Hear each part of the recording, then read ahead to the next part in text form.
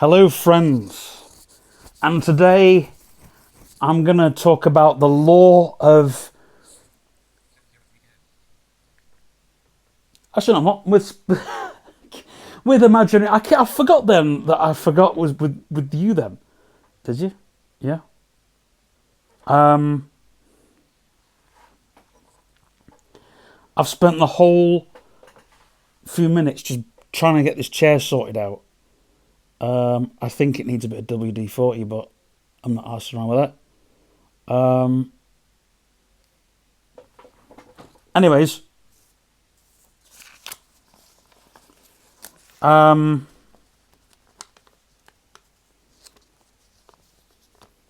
freaking hell. Yeah.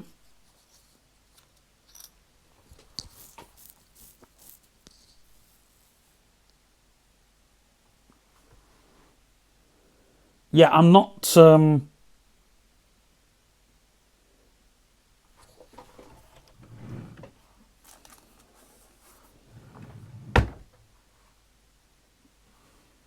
Yeah. So basically, I wanted to answer some questions that people have asked us. And one of the questions we get is the music that we're into.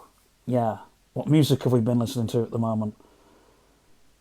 Weren't we going to review like a year of music or something?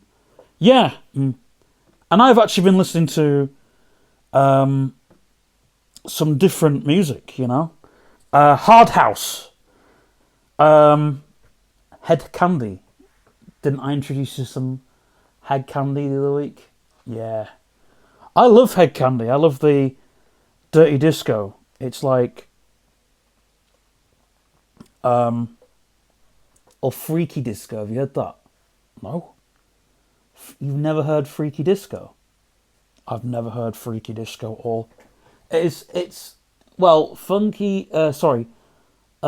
Candy were the Dirty Disco.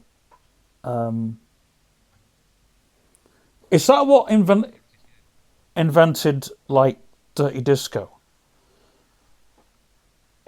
Like Dirty Disco was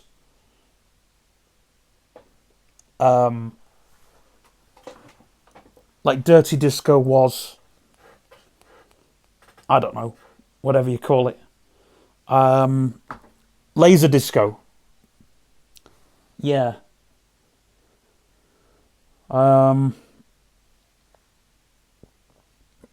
yeah, it's strange because I was listening to like really early like music from that we were listening to in 2024. Yeah, stuff like Voodoo Dawn, which freaking great punk band they are indeed. There's like like there's some just some awesome things in punk. You've got like the Clash and the Pistols, yeah, and then you've got like your pop punk or skate punk, like what the kids would listen to when they were snorting glue on their skateboards. We've all been there. We've all been there.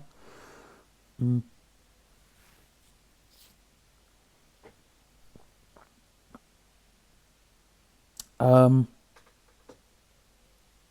but yeah, and then there's like horror punk, I guess. But you know, you're into this. What is it? Metal, metal music. I'm into.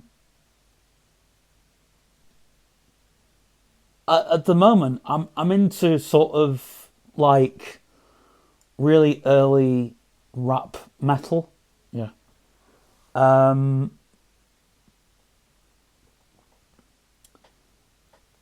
like bands like well, they won't be on Spotify. A lot of the bands. Um, trying to think. But like bands that are real kind of, there's a lot more to them, yeah. But I've gone through these bands like listening to noise punk, yeah, because noise punk's like, it's noise music with an element of punk, so it's like bands trying to use a genre with another genre. It's a bit like disco house, yeah, which is a genre that I can't get my head around because it's just disco and house. It's like Daft Punk, yeah. We were discussing like French house. I tried to get into that. I think like I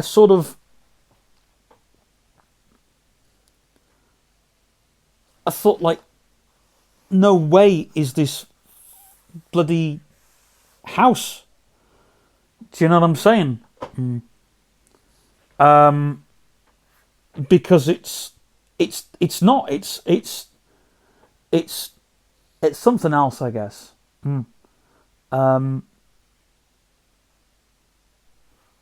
I think what you have to remember is with things like, like house is a feeling.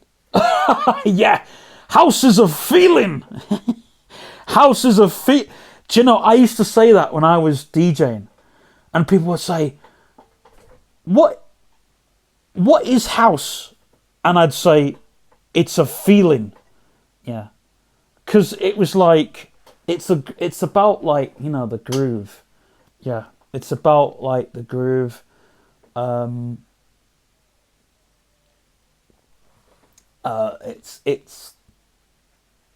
It's about having a groove, and like the groove basically, yeah, it's about kind of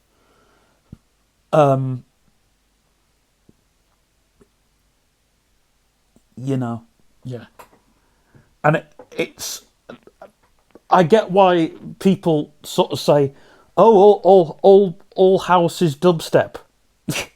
Well, they're not wrong. They're not wrong because dubstep is in the house genre.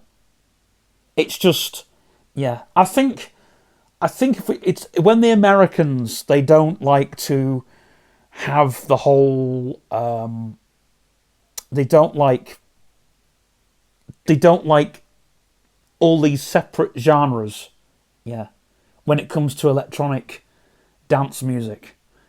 Like what would you personally say define EDM as?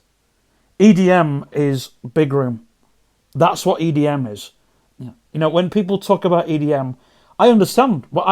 It's like indie rock. It's an example, right? Or indie. Now, indie is, I guess, to a non-British person that hears indie music, it's independent music, which I get the thing. But indie, yes, like indie music in the beginning was all about doing it your own way.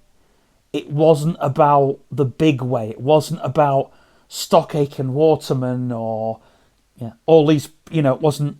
It was anything that was anti Stock Aitken Waterman.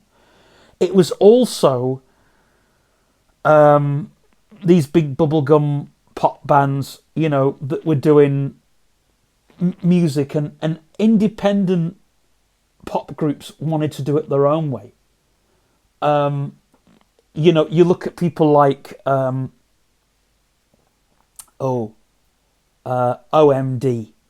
When people talk indie, they always talk about, and this is the thing that pisses me off, because that is to people that don't know indie rock. Yeah, like there's indie rock and there's indie music. Indie rock is what it says on the tin. It's literally the independent rock, and it also goes down to, it goes to grunge, it goes to, it's literally about not just putting it out there, being independent, putting it out there. But it's about being original. And that's the thing about indie music itself. It's about being original. Yeah. Which is why Donna Summer's I Feel Love is such a big tune on every single level.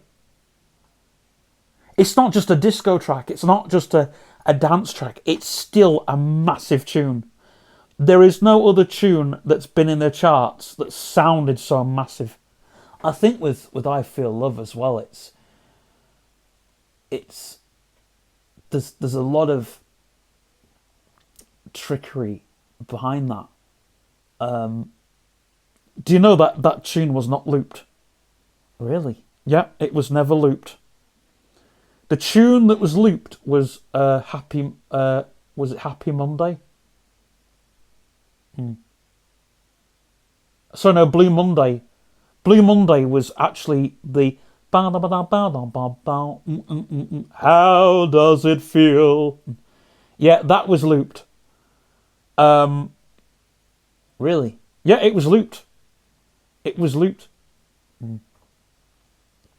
But there is, it's like Donna Summer's I Feel Love. What happened with that tune was people think it's looped because back in the early days of back in the day of dance music, there wasn't 12-inch vinyl. So what DJs had to do was, to fill the gap, they used to have 245 singles, and they used to have to keep with vinyl you have what's called a groove. So what DJs used to do was they used to put it in the groove, and then they would loop the groove, and then if they didn't have another record, they'd have the two of the same records, and they get the groove, and people think, oh, it's a continuous record, but it wasn't. It was two records, but the DJs were playing it continuously on that loop. So when I Feel Love came out, it was a big record because DJs could play it, and it was like and then Blue Monday was like, that was the longest record. That was the 12-inch. But I think, it's still, you look at those two records, Blue Monday and then I Feel Love by Donna Summer. I think what I like about that record is it's so psychedelic as well. It's real. But you know what pisses me off, right? And this is a real big pisser, because I was never into dance music. Yeah. Never into dance music. And then I got into dance music, and I was like, and to all my metal friends, I had to pretend that I didn't like dance music. But then, my Get Out clause was, have you listened to Switched On Bach by Wendy Carlos? And all my friends were like, oh, how do you know about that record? It's an amazing record. How do you know about it? And I was like, it is an amazing record. And I was like, but do you know, without that record, we would not have so many things in the charts today. Yeah. You wouldn't. You just wouldn't.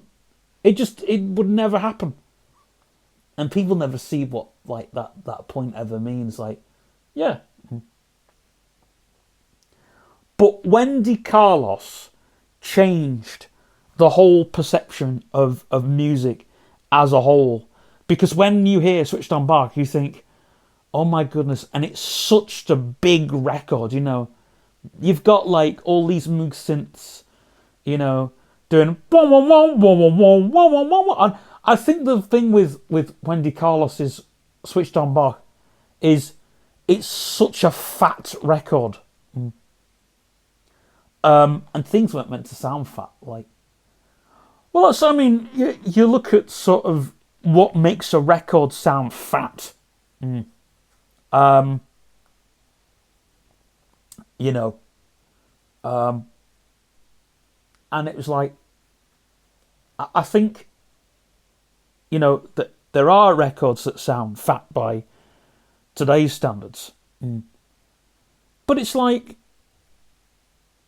I think, EDM is this, in my opinion, I think it's an American term.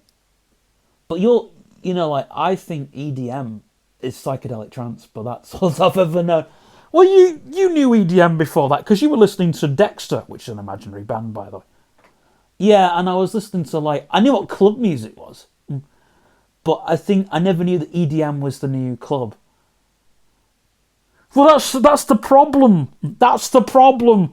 I was having this argument with Jamie ages ago. Oh my gosh. I said, because we were in the car travelling to Creamfields, and the argument started was house and drum and bass. And then it went from house and drum and bass to big room and EDM. And I was like, Swedish house aren't EDM. Oh, they are. No, they're not. They are. No, they're not. Swedish house were never EDM in my eyes. And still aren't. They're really not.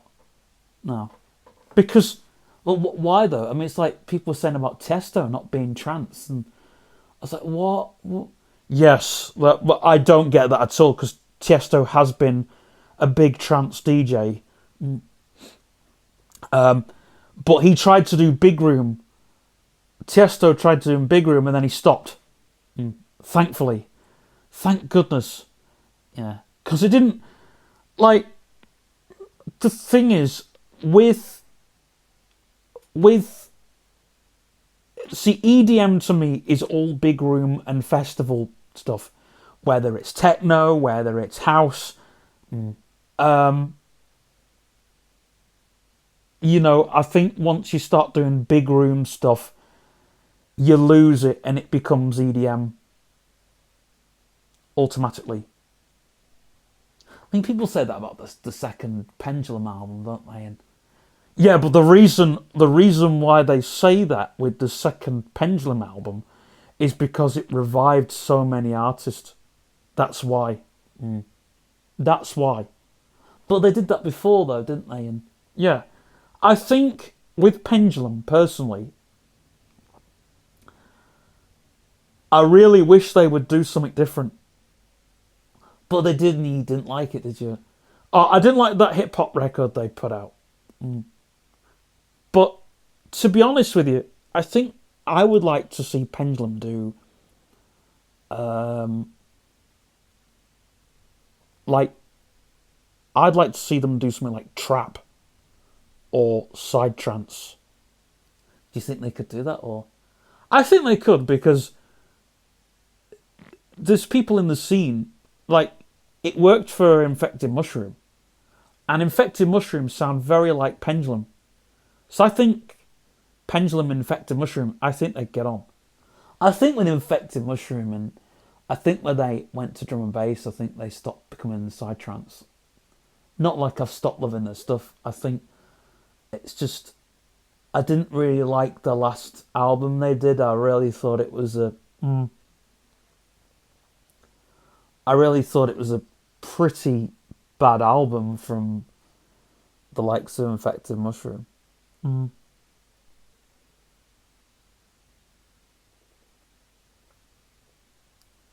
But I to be honest with you, I thought that last record they made, I thought it was a bit lazy, but the album they brought before that, which was 25, I thought it was a brilliant record.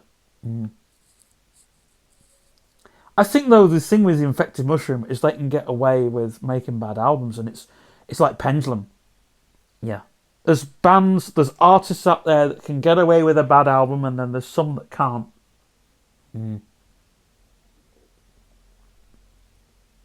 But now, I was reading the thing a while ago, and it said artists now have to make bad albums. Yeah, I think if it's a tune that the critics like, they've got to make that album. Yeah, but they've been doing this since 2010s, but we're not in the 2010s now. They need to stop making albums like the one single and make a freaking great album. Sorry. There's your rant. But seriously, all the 2010s kids haven't heard a decent album. Sorry. Sorry. I really, that's gonna hurt a lot. I think. I think. I think what happens is, you make a, you make an album or something, whatever. You know. The thing is, right? EPs are. I'm not gonna lie. An EP is good when it's 4 strong songs, right? Now, an album doesn't have to be. We're not in the 70s, so people don't have to sit down. It has to be a sit down and listen album from beginning to finish. But if you can make, like, look at the Prodigy's "Fat of the Land," prime example. Everybody cares about that album, even the skip tracks. You then start loving. Yeah. And there's never been an album in history that you get the album and suddenly there's a skip track on there that becomes good. Yeah. And there were 2 skip tracks on that album. I remember there's one right after Firestarter, which is an absolute gem, but you have to give that track chance. Yeah. And it starts off, and I remember, I don't know what happened, and I remember this track and I thought, never cared about it. And all of a sudden, this one day, I was spinning on my chair dead fast. No, I wasn't. I was doing something else. I'd been to the toilet and I came back, sat on my chair. It used to have the spin test, and it was. I thought, hang on, where is this track on the album? And I found out it was after Firestarter. I was like, right, need to give this tune a chance again. And I tell you what, I loved it the first time. Loved it again the second time. It was on repeat 100 times that night, to the point where my stepdad came in the room and said, is there any other different tune on this album? I was like, yeah, there's about 12 different tunes. No, it was about 7 different, was it 11 tunes or 7 tunes on it? But it was, well, once we'd mastered the fact that, that was a really good tune, we were like on it. Well, we used to be like that in the kitchen downstairs. Once we'd mastered what was. Well, I was like that today. I was going back in time, going, oh, me and Andy used to have that blaring out the speaker. But we used to sort of like, wow, this tune is like. We were feeling those tunes, absolutely feeling them. To the point where we were just like, wow, what a tune. What a banger. Do you remember that time that we were blasting all tunes out and then your Neil burst through the door going, what's this? And we had the disco lights on before I blew them up. Well, they were shit anyway. Yeah. Shit disco lights, they go through, bang. Well, I did put them through the same socket, so that was sort of my fault. Oh, bloody hell. Then my amp just went, it wasn't having it, and I thought, I didn't blow the amp, thankfully, but I did blow the disco lights. So, yeah.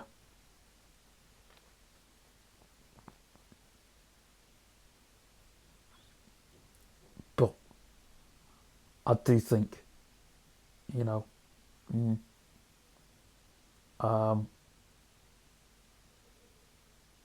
but it's like, I do miss them days. What were you listening to then? That was like that we used to listen to. Knee Deep. Oh, yeah. That tune that goes. Which is that tune that goes? I was listening to a bit of Petrol by. Oh, Orbital, yeah, tune. It's massive. It is a huge tune. That is. It is a brilliant tune. I never thought it was any good, to be honest. What? Man, when I first, but it's like petrol. What a tune! Yeah, what a tune.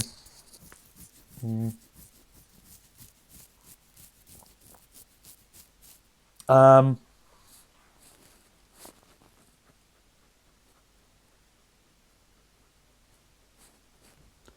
as a bit of Paul Oakenfold. Wow. Um, I'm trying to think. Alien Nose Job. Wasn't television sets, was it? Yeah, tune. Aborted Tortoise. Teen Mortgage. The stuff, a bit of Fox Stevenson. Wow.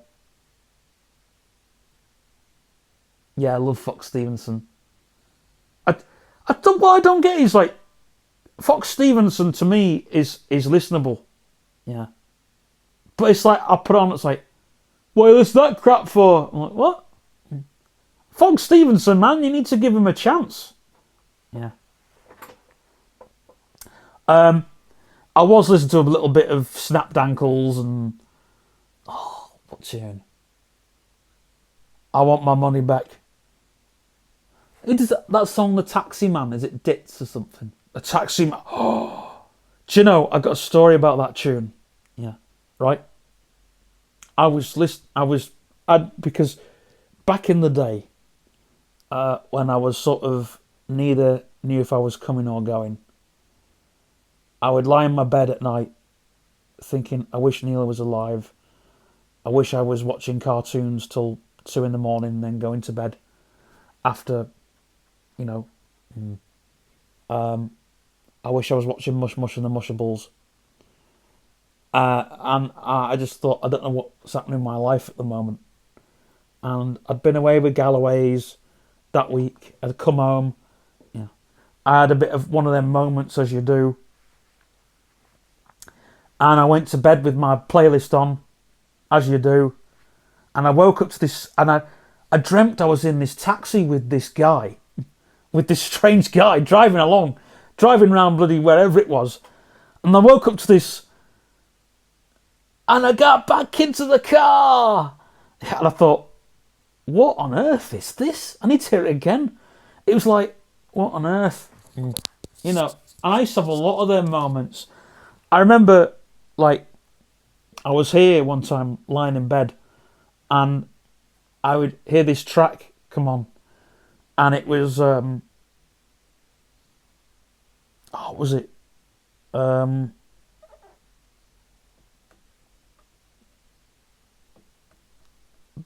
I don't know where you live. Don't tell me your name. Show me what you're made of and go. I'm like, whoa, this is a tune. Gotta play it again. And I did. And I was like, wow. It was like the whole night. I was like, am I really here? Am I really hearing this? Is this what's coming on my playlist? It's like, wow. They were magical moments. I remember one time I was lying in bed, right? Oh no, it was on holiday because I went away with Mummy and we were in Centre Parks, and I remember listening to this tune, right? It was what was it?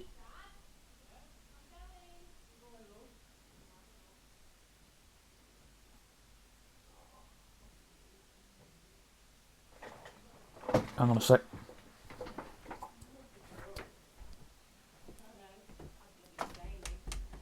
Love you. I love you, darling. Bye. Oh,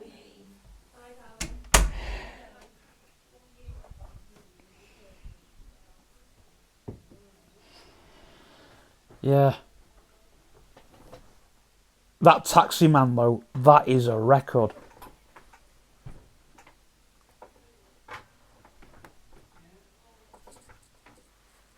That needs the old WD-40 on it, I think.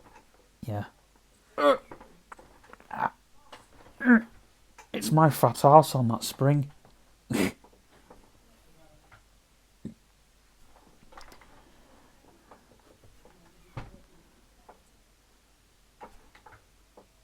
No, you've got to twist it and then...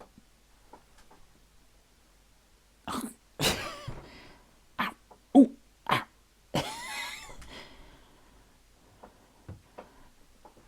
No, because the chair just goes down. It's like the bed in Poplars.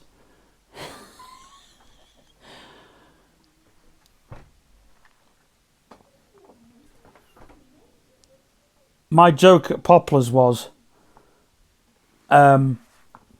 what's my joke at Poplars? Oh yeah, I said to them, this bed doesn't go high enough, because I was testing the bed at Poplars, right? Luckily there was a member of staff in there at the time. I was like, so I was like, oh, see how high this bed goes, right? Because when I was at Henshaw's, my mate had a bed, and I was like, no, bring me down. But I thought, there's someone stood right at the side of me, so... but I think they were thinking, oh my goodness, I was just there lying on the bed, and pressing the button, and it was going... Oh yeah, the great them beds in Poplars, you know, you just lie on the bed and you go up and down. Sorry. The only issue is you've got to press the button. Don't they have baths that go up and down as well? Oh yeah, they have baths, right? No, but the bath tips. The bath tips, but it's... I've got used to that bath now. The only issue, that's the problem with that bath, right? You've actually got to sit on the board and then go down into the bath. You know, it's not like a normal bath where you hop your leg over and in. Oh no! They don't make life simple. You gotta sit on the board, right? And, well, you wouldn't be able to hop your leg over and in because apparently there's poles underneath it, and you wouldn't want one of them up your bum. Sorry, I'm gonna get cancelled in a minute. So how does it work then? Is it? Well, basically, you sit on the board at the top, and you slide your bum on, right? And then you just sit there and think of England, and then someone presses the button. I mean, they did say that I could do it, but I didn't want to get the control wet. I wasn't tempted to, but yeah. But it's like a remote, and it. I mean, I remember when they first showed it me.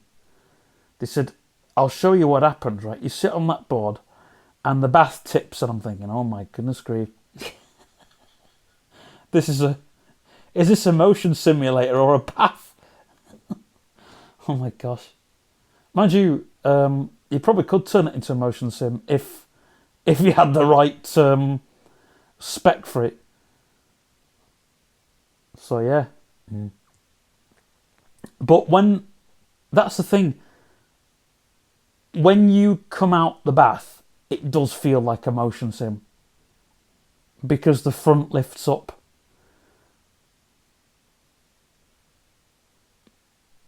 In fact, I sort of scared one of the staff members because I said to them, "Oh, it's like a motion sim. It's like one of those car motion sims." And they said, "Oh, what do you mean?" I said, "Well, when you're in a car sim, and when you're in a car sim, to simulate the car going forward, the front lifts up." You know, I'm being serious. You know when there's something that you should have never said. Well, I wish I'd have never said that, but I only found out through YouTube anyway. Talking to now. I'm doing a podcast. Do you want to be on it? What, do you want a drink later? Oh yes, please.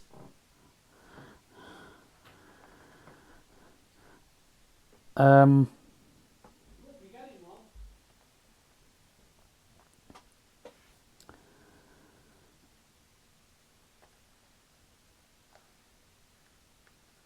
thought they were going out shopping.